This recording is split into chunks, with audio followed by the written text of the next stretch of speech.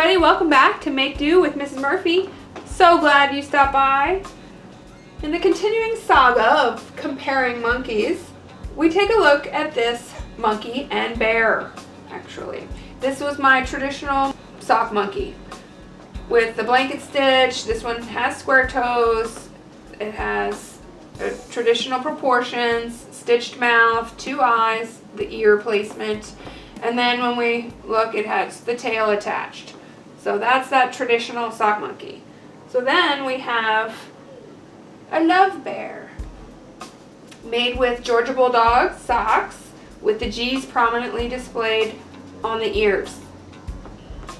These feet and paws are rounded, and there is no added tail because this is just too precious to mess with there.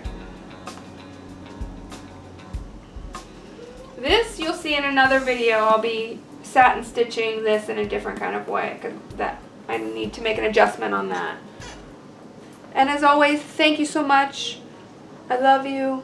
Have a great day.